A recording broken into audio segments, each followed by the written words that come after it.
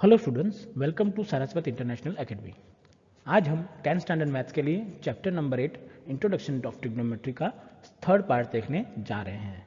Last video में आपने कैसे हम टेन थीटा के लिए प्रूव दैट कर सकते थे, सब रेशियोज फाइंड कर सकते थे, वो हमने देखा था। आज हम इसके लिए एक नया टॉपिक सीखने जा रहे हैं और उसके रिलेटेड एग्जाम्पल और एक्सरसाइज को आज इस वीडियो में हम स्टडी करेंगे। तो स्टार्ट करते हैं वीडियो को।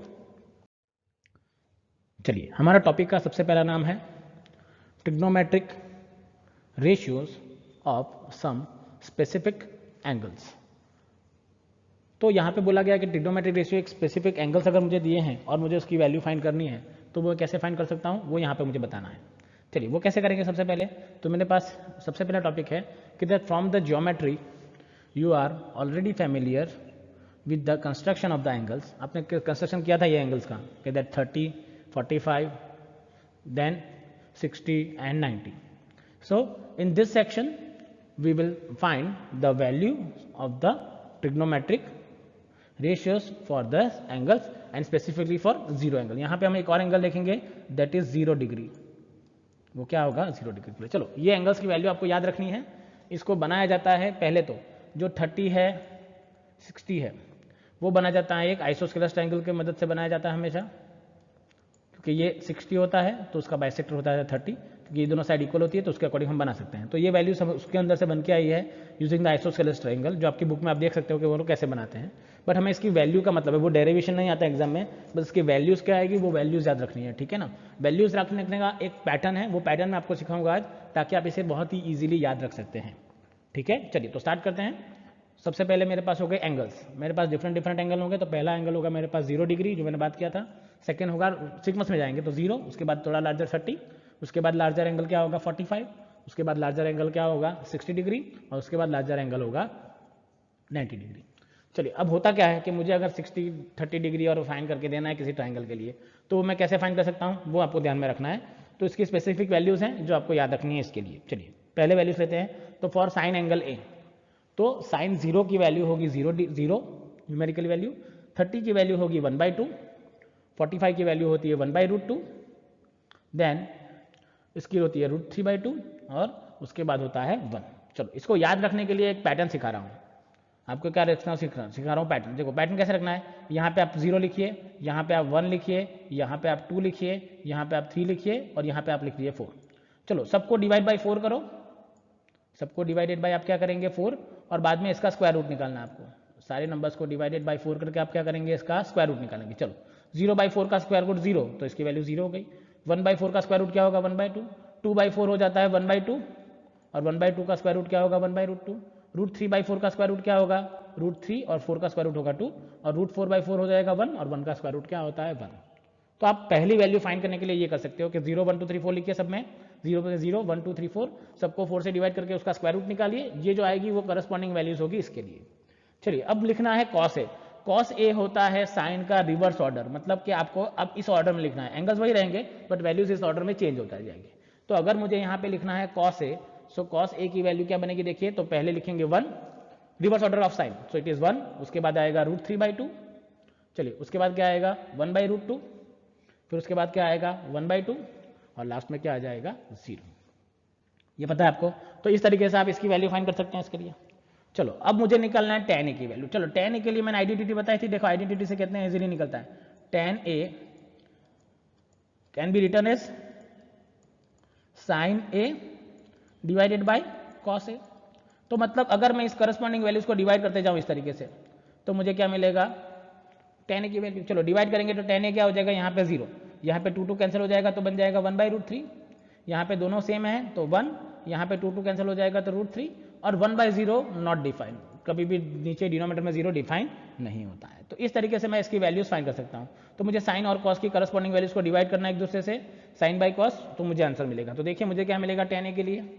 अब tan a मुझे मिलेगा, इट इज 0, देन 1/2 इंटू √3/2 बन जाएगा 1/√3, 1/√2, 1/√2 सेम है तो इसका आंसर होगा 1। सिमिलरली √3/2 डिवाइड बाई 2 हो जाएगा, 1/2 होगा √2, एंड 1/0 क्या होगा नॉट डिफाइंड। तो इस तरीके से आप इसके लिए वैल्यू फाइंड कर सकते हैं। चलिए, फिर बात करेंगे अब कॉसेक ए। कॉसेक ए क्या होता है, साइन का रेसिप्रोकल। तो साइन की वैल्यू को रेसिप्रोकल करते जाओ। तो साइन का 0 क्या होगा 1/0, 2/1, √2/1, 2/√3 एंड 1/1। देखिए, रेसिप्रोकल करना है तो 1/0 को 0 को लिखूंगा 1/0, ये हो जाएगा 2/1, सिमिलरली √2/1, और ये हो जाएगा 2/√3, और ये हो जाएगा 1/1। तो 1/0 क्या होता है, नॉट डिफाइंड, 2/1 हो जाएगा 2, √2/1 हो जाएगा √2, 2/√3 हो जाएगा ये वैल्यू, और 1/1 क्या होता है 1। अब मैंने बताया था कि साइन का रेसिप्रोकल है, तो बस वैल्यूज को रेसिप्रोकल करते जाओ, बट डिनोमिनेटर में अगर 0 आता है so it is not defined, वो मुझे लिखना है। चलिए अब सेक लिखते हैं। तो सेक किसका होता है, कॉसेक का रेसिप्रोकल। अगर सेक का कैसे का रेसिप्रोकल, तो 1/1, फिर अगेन 2/√3, अगेन √2, अगेन 2, और अगेन क्या होगा 1। तो अगर ऐसे याद नहीं रखना है तो कैसे याद रखेंगे, कॉसेक क्या होगा, जैसे साइन हो गया कॉस का रिवर्स, कॉस हो गया साइन का रिवर्स, तो कॉसेक सेक क्या हो जाएगा, कॉसेक का रिवर्स, मतलब कॉसेक की रिवर्स वैल्यू अब आप यहाँ पे लिखेंगे। सो देयरफॉर आपको क्या मिलेगा सेक ए के लिए, तो पहले क्या आएगा 1, फिर मैंने बताया क्या आएगा 2√3 आ जाएगा इसके लिए, देखो, फिर इसके लिए क्या आ जाएगा √2, फिर इसके लिए क्या आ जाएगा 1, और बाद में क्या हो जाएगा नॉट डिफाइंड। रिवर्स ऑर्डर लिखना है कॉसेक का। चलो 10 लिखना है, 10 क्या होगा, तो कॉट क्या हो जाएगा 10 का रिवर्स ऑर्डर। जैसे मैंने बताया कॉसेक किसका रिवर्स ऑर्डर का, साइन का रेसिप्रोकल हो जाता है, फिर 10 किसका रिवर्स ऑर्डर हो जाएगा, कॉट हो जाएगा 10 का रिवर्स ऑर्डर, सेम ही होगा। So therefore now you can say cot A can be written as, पहले होगा नॉट डिफाइंड, फिर आपको लिखना है 1√3, फिर आप लिखेंगे 1, और बाद में क्या लिखेंगे 1/√3, और बाद में क्या लिखेंगे 0। तो इस तरीके से आपको याद रखना है। देखिए साइन कैसे मिलेगा, मैंने बताया कॉस होगा उसका रेसिप्रोकल, फिर 10 साइन बाई कॉस करना है, कॉसेक साइन का रेसिप्रोकल करो, सेक आपको कॉसेक का रिवर्स ऑर्डर लिखना है, और कॉट होगा 10 का रिवर्स ऑर्डर। तो इस तरीके से आप ये ट्रिग्नोमेट्रिक टेबल ड्रॉ कर सकते हैं। आपको याद रखनी है ये सारी वैल्यू कि आप कैसे बना सकते हैं। टेबल इंपॉर्टेंट है, कैसे बनाएंगे उसके ऊपर ये पूरे क्वेश्चन को डिपेंड करेगा। ठीक है, तो आपको याद रखना है कि आप इसे कैसे सॉल्व करेंगे। ठीक है, चलिए अब इसके रिलेटेड एग्जांपल देखते हैं कि इसके रिलेटेड एग्जांपल हमें कौन कौन से हैं और कैसे कैसे हमें इस एग्जांपल को करना है वो देखेंगे। इसके लिए देखो, तो देखिए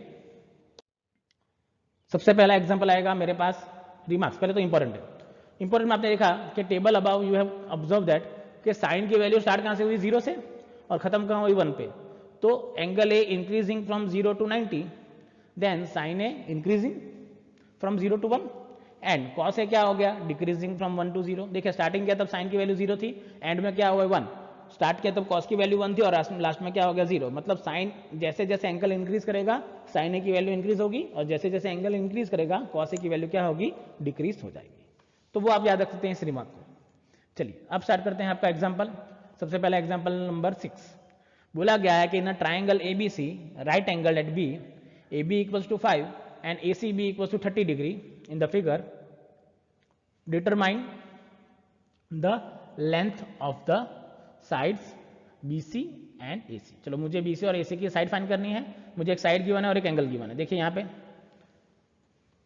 5 सेंटीमीटर 30 गिवन है। चलिए अब मुझे फाइंड करना है कौन कौन सी साइड, BC और AC। चलो सबसे पहले BC फाइंड कर लिए। BC क्या है, देखिए 30 एंगल है तो ये इसका ऑपोजिट है, और BC क्या है इसका एडजेसेंट। तो ऑपोजिट ओवर एडजेसेंट किसमें मिलता है, tan थीटा। तो मैं सबसे पहले कौन सा रेशियो लूंगा, tan थीटा। तो यहाँ पे लिख सकता हूँ tan C equals to AB over BC, tan C equals to क्या होगा AB ओवर BC। चलो AB की वैल्यू आपके पास है 5, tan C की वैल्यू क्या है 30, सो you can say 5 by BC equals to tan 30 which will become 1/√3। चलो BC को क्रॉस मल्टीप्लाई करके यहाँ ले जाओगे, इसे यहाँ मल्टीप्लाई करोगे, so therefore you will get BC equals to 5√3 centimetre. BC की वैल्यू क्या होगी 5√3 सेंटीमीटर हो जाएगी इसके लिए। चलिए अब फाइंड करना है AC। AC क्या होता है, हाइपोटेनस है। तो अगर आप cos C लेना चाहे तो cos C ले लीजिए। यहाँ पे देखिए cos C फाइंड कर सकते हैं, sin C फाइंड कर सकते हैं। अब आप कोई भी फाइंड कर सकते हैं क्योंकि आपके पास हाइपोटेनस आ गया है।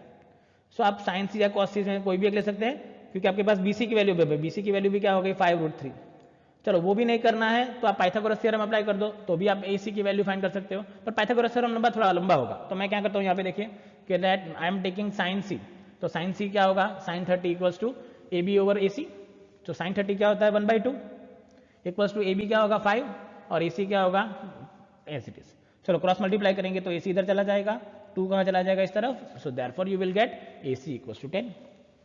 AC की वैल्यू क्या होगी 10। अगर मैंने बताया कि जैसे आप cos 30 फाइंड करोगे तो cos 30 क्या होता है मेरे पास, देखिए cos 30 की वैल्यू क्या होगी, it is 5√3 divided by AC होगा।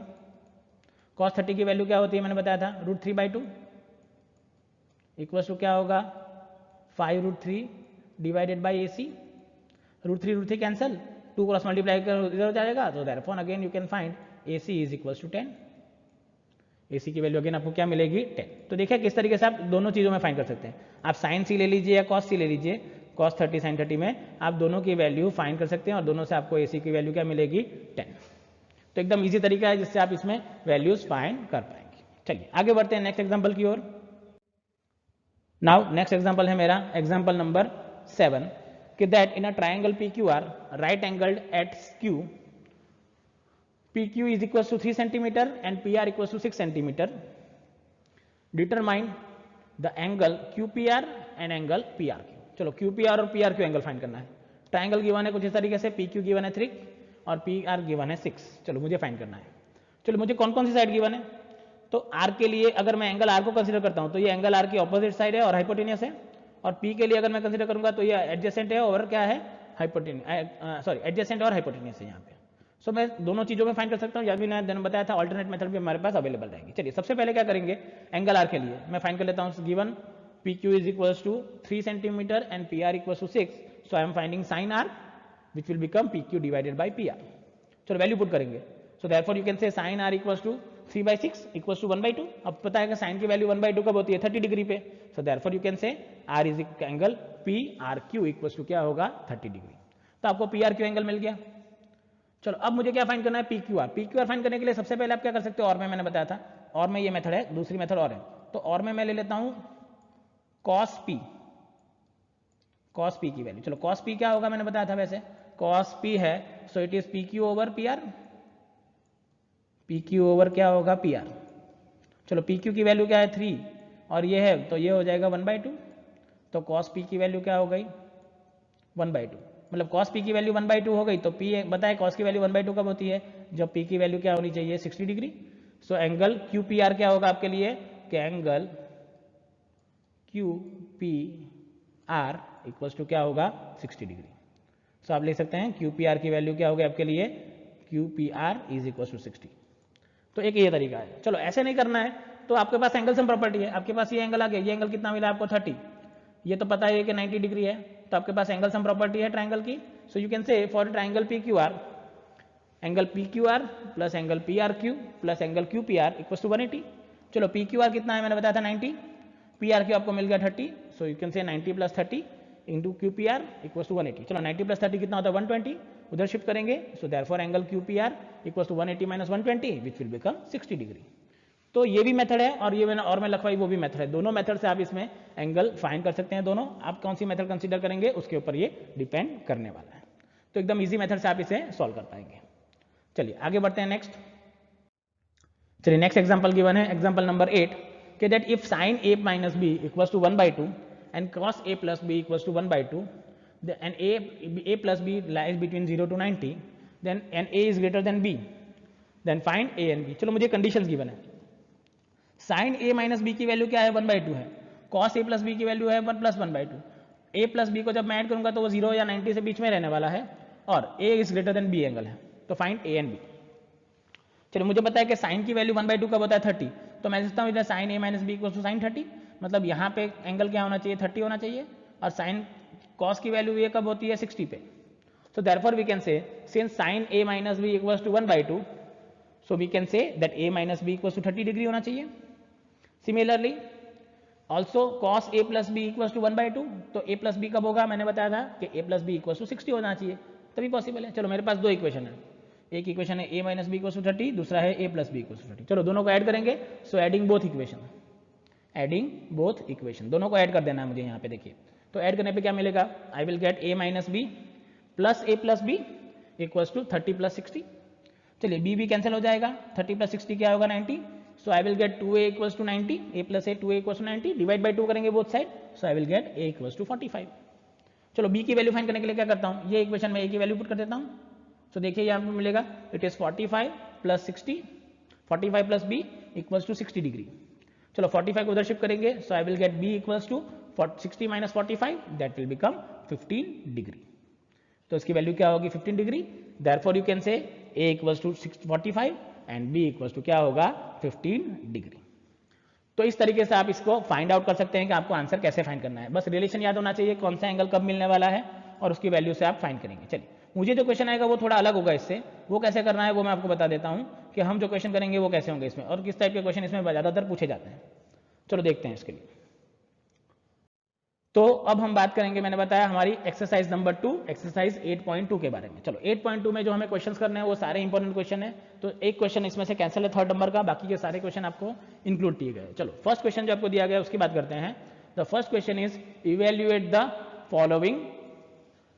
चलो वैल्यूज गिवन है और मुझे इसके लिए आंसर फाइंड करना है। चलिए आंसर कैसे कैसे दिया गया है वो देखते हैं सबसे पहले।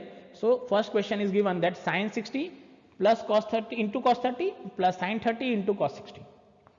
चलो sin 60 की वैल्यू और cos 30 की वैल्यू और sin 30 और cos 60 की वैल्यू क्या होगी वो मुझे बतानी है। चलो सबसे पहले मुझे बताया sin 60 क्या होता है।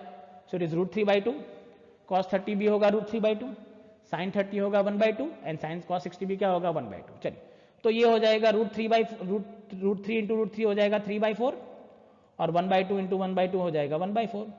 तो अगेन ये बन जाएगा 4/4 और मतलब इसका आंसर क्या आना चाहिए मेरे पास 1। आपको सिर्फ मल्टीप्लाई करके सिंप्लीफाई करना था, तो मैंने लिख दिया पहला आंसर क्या आएगा, it is equals to 3/4 plus 1/4 equals to 4/4 that will become 1। मतलब इस क्वेश्चन का आंसर क्या आना चाहिए 1 आना चाहिए। आ जाएगा आइडिया। चलिए सेकंड देखते हैं, इसी टाइप का एक गिवन है कि that 2 tan square 45 plus cos square 30 plus sin square 60। चलो मैंने बताया था कि tan स्क्वायर 45 को आप क्या लिख सकते हैं tan 45 का होल स्क्वायर, मैंने बताया था ये चीज आगे भी, तो आप इसको ऐसे होल स्क्वायर करके अप्लाई कर सकते हैं यहाँ पे। चलो तो tan 45 की वैल्यू क्या है आपके पास है 1, so you can say it is 2 into 1 square.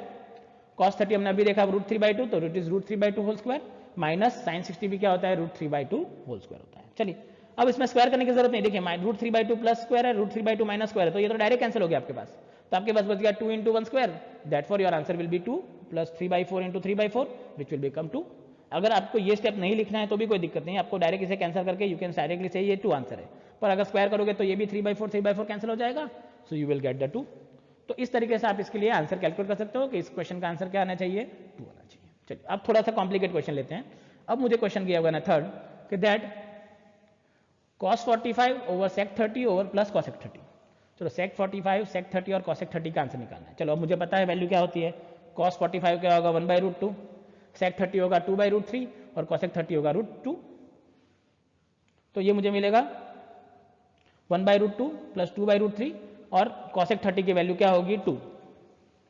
अब यहाँ पे क्या करना होगा, एलसीएम लेना पड़ेगा। पहले तो √3 को इधर ले जाओ, ये √2 को एज इट इज रख दो और √2 को आप नीचे मल्टीप्लाई कर सकते हो। तो now for I will get it is 1/√2 into 2 plus √3 2 plus 2 √3 और ऊपर वाला √3 कहाँ चला जाएगा इधर। अब ये कैसे हुआ, √3 इधर आएगा, √3 डिनोमिनेटर में से कहाँ चला जाएगा न्यूमरेटर में, और ये √2 कहाँ बन जाएगा डिनोमिनेटर के अंदर चला जाएगा। चलो तो अब सिंप्लीफाई कर देते हैं। तो अब मुझे क्या करना होगा, यहाँ पे इसे सिंप्लीफाई करना होगा सबसे पहले। तो सबसे पहले मैं इसको लिख देता हूँ इस तरीके से, it is equal to 2 √2 into √3 plus 1। अब मुझे क्या करना होगा, मैंने बताया था कि √3 प्लस 1 डिनोमिनेटर में रैशनल नंबर रहना जरूरी है, इरेशनल नंबर नहीं होना चाहिए। तो यहाँ पे कितने इरेशनल नंबर हैं, एक तो √2 है और उतना √3 प्लस 1 है। हमने रेशलाइजेशन में देखा था कि अगर आप a प्लस बी का रेशलाइज कर रहे हो तो आपको किससे रेशलाइज करना होगा, a माइनस बी से, और अगर √a का कर रहे हो तो आपको रेशलाइज कितना करना होगा, √a से करना होगा। तो मेरे पास यहाँ पे 2 नंबर है, तो पहला रेशलाइजेशन √2 को मैं क्या करता हूँ, तो उस इक्वेशन को √2 से मल्टीप्लाई और डिवाइड। अब √3 प्लस 1 का रेशलाइज किससे होगा, √3 माइनस 1 से, तो मैंने उससे क्या कर दिया है मल्टीप्लाई और डिवाइड कर दिया है। चलिए इसके बाद क्या होगा देखेंगे। तो अब रेशलाइज कर लेते हैं। तो पहले तो देखिए ये 2 √2 और ये 2 तो 2 √2 बन जाएगा 2 into 2 √3 minus 1 a square plus B square, तो ये हो जाएगा 3 माइनस 1, ऊपर हो जाएगा √2 इंटू √3 विच विल कम √6। चलिए सॉल्व करते हैं। सो therefore I will get it is 3 √3 into √2 divided by 2 √2 into -1। चलो यहाँ पे क्या हो गया, मैंने इस √3 को ब्रैकेट में मल्टीप्लाई करता तो √3 इंटू √3 विल बिकम 3 और ये √3 इधर चला जाएगा। चलिए अब सिंप्लीफाई करते हैं, इस √2 को यहाँ मल्टीप्लाई कर दो और नीचे सिंप्लीफाई कर दीजिए, तो ऊपर मिल जाएगा 2 into 3 will be 2 √3 minus 6 over 8। तो ये मुझे मिलेगा इसके लिए answer 3 √2 minus √6 plus 8 divide by 8। बस सिंप्लीफाई इस तरीके से करना है रेशलाइज करके कि आपको आंसर मिल सके। तो सिंप्लीफिकेशन आपको 2 करना, अगर यहाँ पे आपको 2 बार करना है तो आप 2 बार कर सकते हो। सबसे पहले क्या करो, √2 से अलग रेशलाइज कर दो, इसे मत लिखो। So you will gate √3 divided by 4 into √3 minus √3 plus 1। अब मैं √3 माइनस 1 से वापस रेशलाइज कर सकता हूँ इस तरीके को।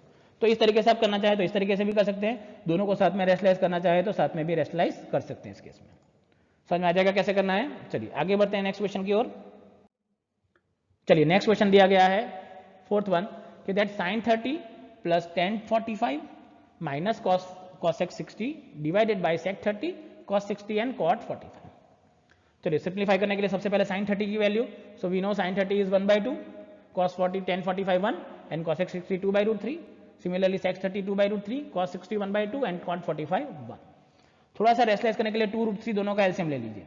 चलो 2√3 एलसीएम लूंगा तो यहाँ पे क्या होगा, √3 होगा प्लस 2√3 मिलेगा और माइनस मिलेगा 4 होल डिवाइडेड बाय मिलेगा 2√3। चलो डिनोमिनेटर में भी क्या होगा, पहले 4 प्लस √3 प्लस 2√3 मिलेगा और होल डिवाइडेड बाय भी क्या मिलेगा 2√3, 2√3 कैंसिल कर दो, सो देयरफॉर ये हो जाएगा 3√3 माइनस 4 और ऊपर हो जाएगा 3√3 प्लस 4। सो देयरफॉर सिंप्लीफाई करने पे मैंने बताया क्या मिलेगा मुझे, इट इज 3/2 माइनस 2√3 और सिंप्लीफाई कर दिया 1 + 1/2 को सिंप्लीफाई कर दिया और 1 + 1/2 को सिंप्लीफाई कर दिया। चलो 2√3 एलसीएम ले लो, सो मैंने बताया आपको मिलेगा फर्स्ट 3√3 माइनस 2 4 एंड 2√3 प्लस 4। चलो रेशनलाइज करना पड़ेगा वापस, तो इससे रेशनलाइज करेंगे मल्टीप्लाई बाय 3√3 प्लस माइनस 4 और अगेन 3√3 माइनस 4। तो ऊपर तो 3√3 माइनस 4 अलग से गिवन है, नीचे हो जाएगा a² माइनस b²। चलो 3√3 का स्क्वायर करना है आपको और माइनस किसका स्क्वायर करेंगे 4 का स्क्वायर। चलो 3 का स्क्वायर होगा 9, 9 3 27 और नीचे हो जाएगा 4 का square 16। So again rationalising the denominator, आपको पता ही है रेशनलाइज कैसे करना है इसके लिए।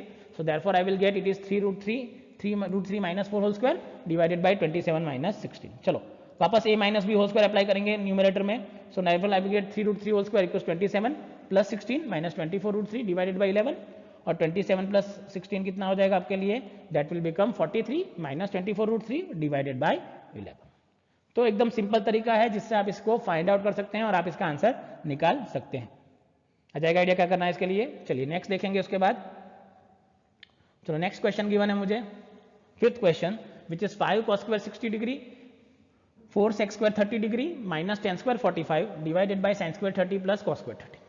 चलो cos 60 मुझे पता है, तो it is 5 into √1/2 whole square plus 4 into 2/√3 whole square minus 1 square और नीचे हो जाएगा 1/2 whole square plus √3/2 whole square.